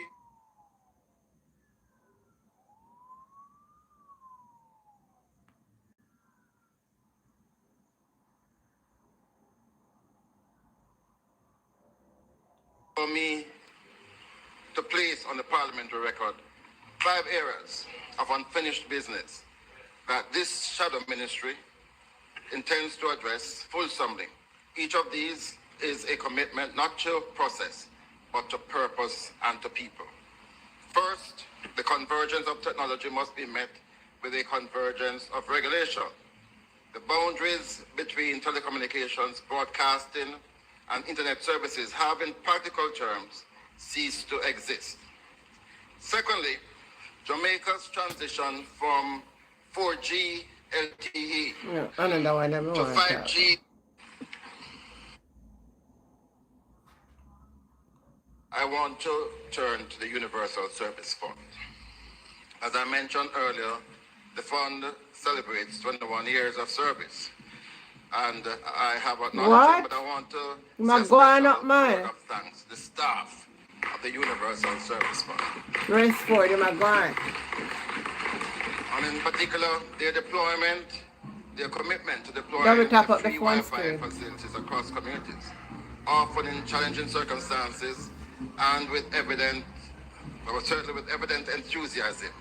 They represent the original mandate of this institution at its best. They have made a genuine and substantial contribution to enabling Jamaicans to access the internet. However, we have not yet achieved the goal of universal broadband connectivity across the island. The mission was to ensure that every single Jamaican in every community has ready access to high-speed broadband connectivity. That mission remains incomplete. And from as early as 2015, the Human Rights Council of the UN had declared that access to the internet is a basic human right. In today's society, the internet is a necessary component of the exercise of the right to freedom of expression, and its use promotes progress for society as a whole. My concern centers on the resources that were provided in this year's budget for the Universal Service Fund. I'm aware that they have asked for $1.4 billion to continue the work that they are doing to ensure that all communities in Jamaica have free Wi-Fi. They only received 400 million of the 1.4 billion asked. And I think that is wrong. And I want to commend to the Ministry of Finance that they look again at the allocation for the USF, because everybody inside here knows that those Wi-Fi facilities that have been established in communities, they cost a lot of money, but many of them don't work after a few weeks because there's no money to maintain them. There's no money to pay the bills. And it really is a shame, because you have these elaborate ceremonies where the communities celebrate the establishment of these free Wi-Fi, and after a short while, the system is down. We have to get the USF greater support, and this is the 21st year. You hear that? They're going to keep big opening. But let me ask you something. All of them project and break ground with Andrew do last year. Our passing one place where me go broke ground, when I call the name, and a bush me see grow up back there. Just yesterday we were looking at it. A bush grew up back there. All of them broke place where them did that do. And we see all of them go up at St. Thomas. All know the place not done. Up at the transport place and thing where they say they make up there. What kind of government this?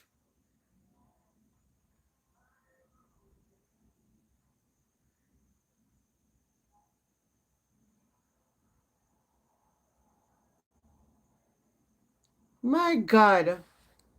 No, man. The urban center, the urban center. Run out, go have ribbon cutting. And the amount of ribbon they not cut last year with houses. Now since hurricane, we not see no house a cut no ribbon. The ribbon then top cut now. Or the roll then finish. How what happen? Oh, no more ribbon now cut this year like last year again. Yeah, up that way the high school child and alive.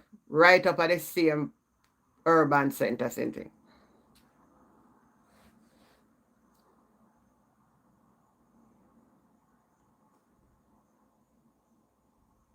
That's the question some of the voters will not get tricked by for think. Why no ribbon not cut again?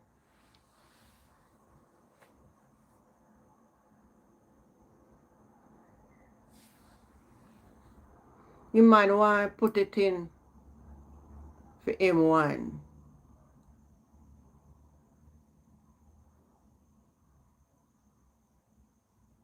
1 p.m. Paul Lewis. A company I look. A company I look, I come over here on my platform, I can type in about 1 p.m.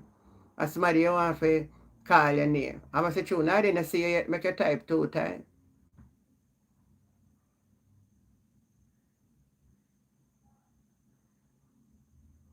Oh, Damien, take away ribbon them. About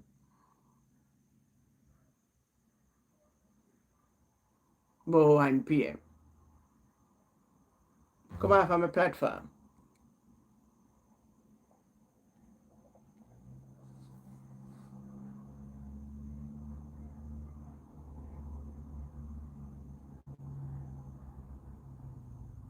About choose Jamaica. We don't even have no sense. You know, say, want to choose.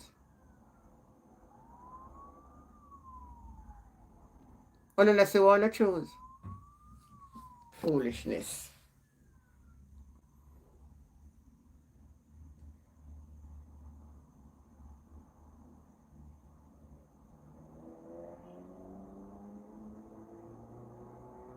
I can play this, I couldn't hear it. Well, this morning, sections of the roadway at Barnet Bush, Hampton, and Gutters were blocked by bus operators and commuters, resulting in significant disruption to This are going all over the country. Choose Jamaica. sections of our South St. James. You see, this situation reflects the level of frustration that has been building over time. For nearly 6 months since Hurricane Melissa, the main access route through Springmount has been cut off.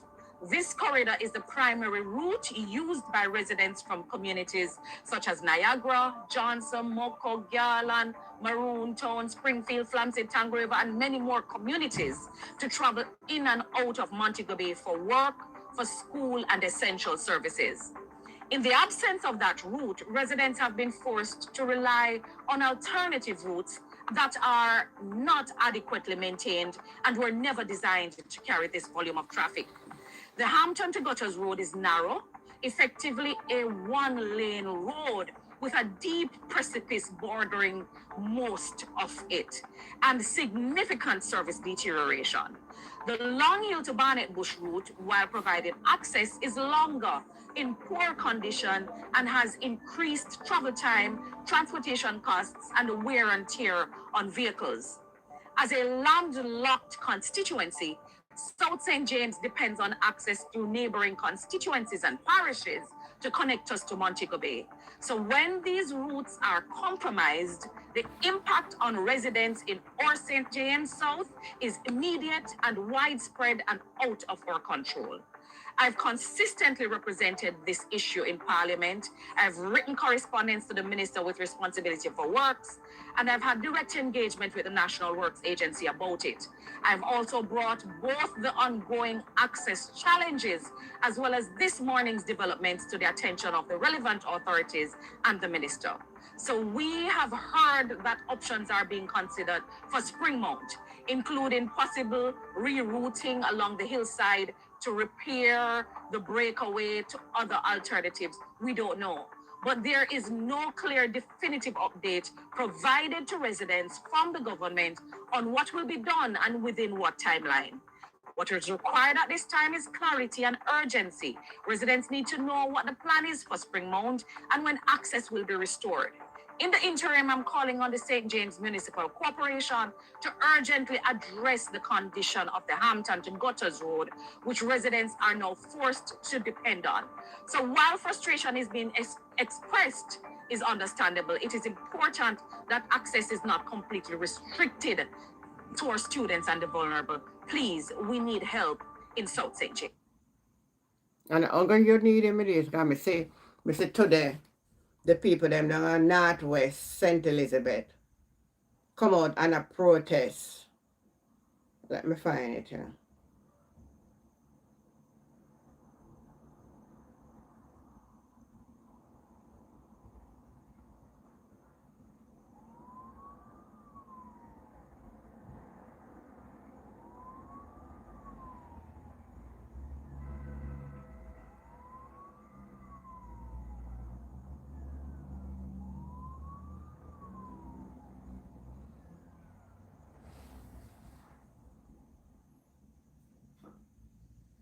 residents in Stairfield, St. Anne are this evening.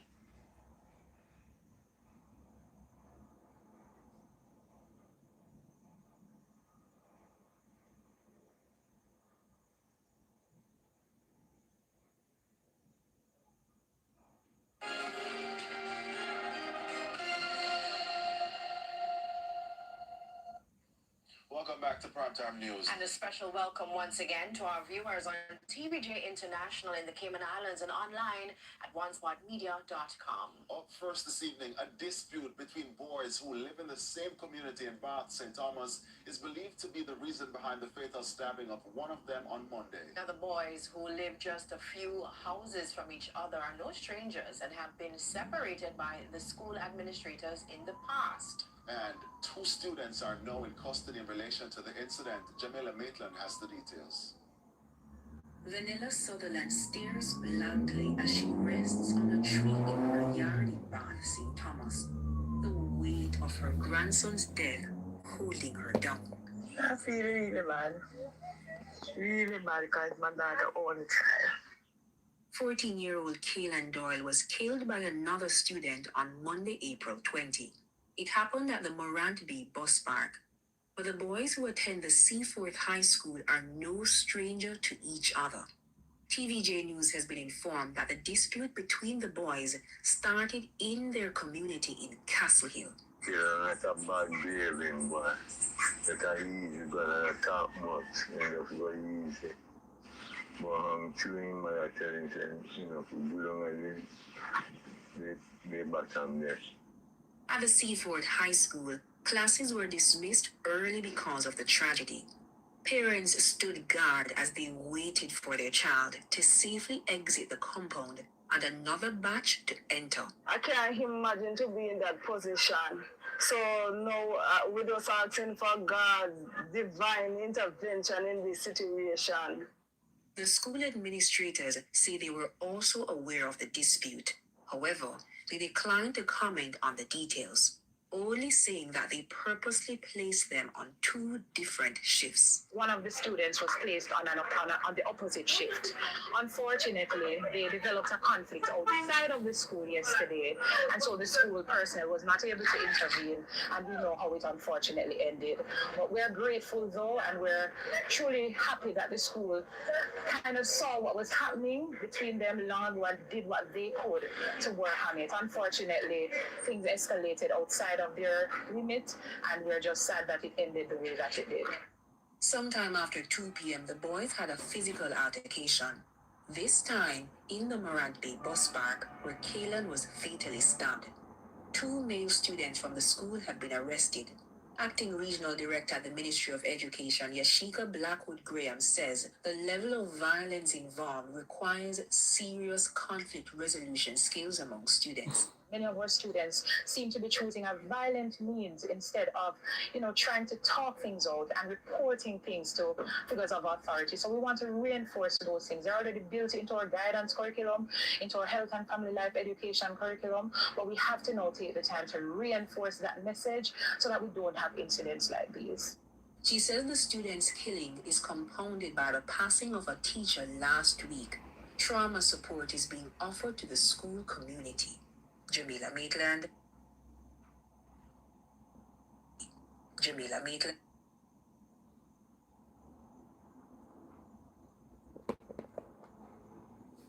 Boy, it a get from bad to us. I wanted to say we talk about the one up at Jamaica College.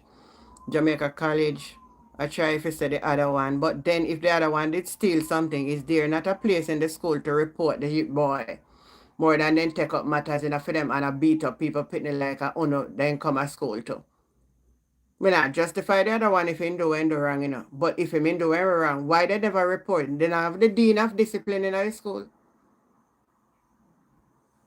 O'Neill, good night. You're O'Neill, good night, my beautiful sister. I like those corners. It's not corner, it's twists. It's twists. I can't wait for you to run for the House of Parliament. I am going to be the first one to come to Jamaica and vote. And you not give me that the privilege, man. I never give nobody privilege in a fame own a party. Everybody have to silent. I mean, I no money, you know.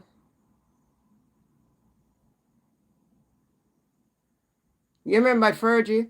I pay prestigious people could have got at the school. The whole of the school. A different generation we deal with still. Right across the country, you know. Some of them unreported, so I don't hear them. Sometimes you see people capture picture and put them on social media, but some in the mainstream media. It have all across the country. So it shows that me don't know what kind of state we're in. Me don't know what type of state we're in. But it's really a sad of affair, sorry, taking place. Me want to find something where labor right them a ball out so they want their road fixed and how the place a flood out. Let me see if I eat this. No.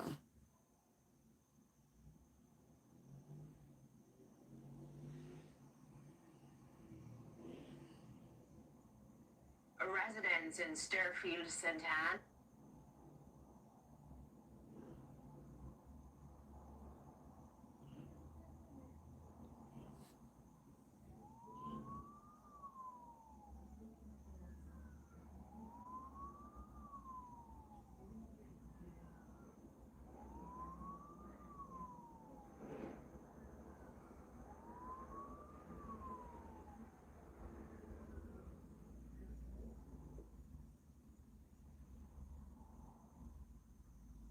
We're finding that the same issues we see in our communities, the same issues with conflict resolution, they're popping up in schools. All right, good Because night. this is learned Power behavior. of truth. And so what we've had to be doing in the Ministry of Education is putting a lot more emphasis on that work on the psychosocial dimension. We're doing a lot of work in literacy and numeracy, but we've recognized that that alone is not enough. And so we have Mr. Troop and his team doing a lot of work. We have the guidance counselors out there working with the students. We've provided avenues for them to speak up when there are issues. But we have to keep doing it. Some of the young men who've been involved in some of the activities that have been in the news, they're not from underprivileged families. So this is a problem that is happening across our country, and we have to deal with it. And it's a general problem where we have accepted violence as the way to deal with conflicts. Well, that's the truth.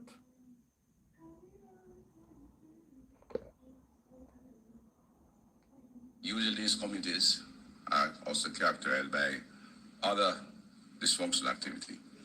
You have not necessarily, well, poverty that they call it a crime, and I'm not one to advocate that. We have True, many true, tough true, communities true, where you have, Fergie. you know, good order and some brilliant people coming out of it, but in fact they tend to be associated, and it was the mission of the government to stop the violence, whether in the community, on the streets, and unfortunately sometimes in our schools. But the object of the policy of the government is to ensure we can create good order across the country. Once we have that, it provides the basis for development. It provides a foundation of economic change.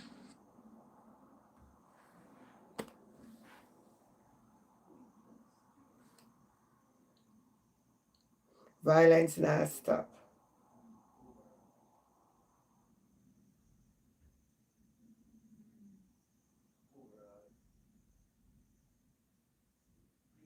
Against the backdrop of rising incidents of violence involving school students, Education Minister Dr. Dana Morris-Dixon is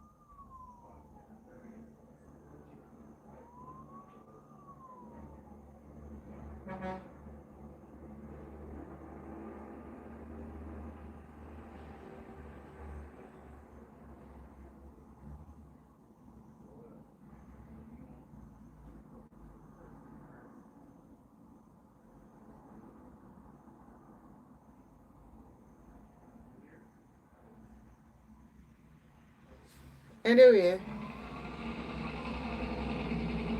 yeah, anyway, good night for tonight. This is where we leave the show.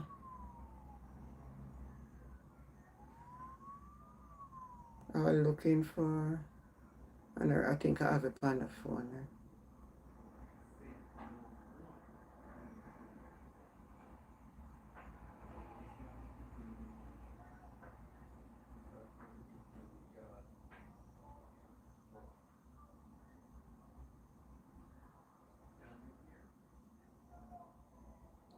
We play, yeah, this I want to play before we go. My level 4. Is the most consequential piece of legislation that is to be passed. And he invited all of us to approach the consideration of the bill seriously. And so, we can't really rush it too much, even though time is of the essence. And I have a full appreciation of what the Prime Minister is seeking to achieve. I do not believe that anyone who has spoken has taken issue with the goals that are being pursued. But the concerns are whether the bill in its form will achieve those goals. Madam Speaker, the bill in its current form will not achieve the goals that are set. Thank you, Member. Madam Speaker, this matter is so important. I don't know what motivates my colleagues on that side who are clapping, but I know that I am vested in the success of the actions of the government.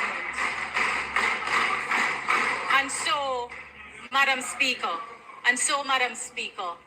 this is too important for us not to have the kind of buy-in and take into account the very valid concerns that have been raised. So, Madam Speaker, on that note, I invite the Prime Minister piloting the bill and the team to take into account the very valid points that have been made. The bill needs some reworking. Thank you, Member.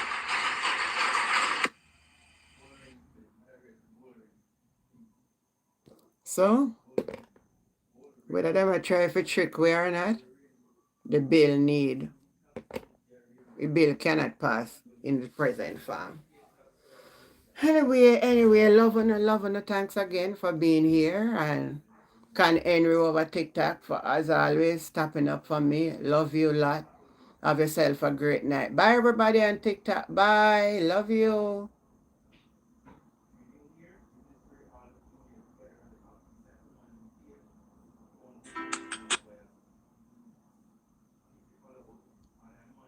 Thank you, Vian. Love you all on YouTube. Love you. Love you. Thank you for being my support. Thank you for being my strength. And if all being well, I'll see you in the morning.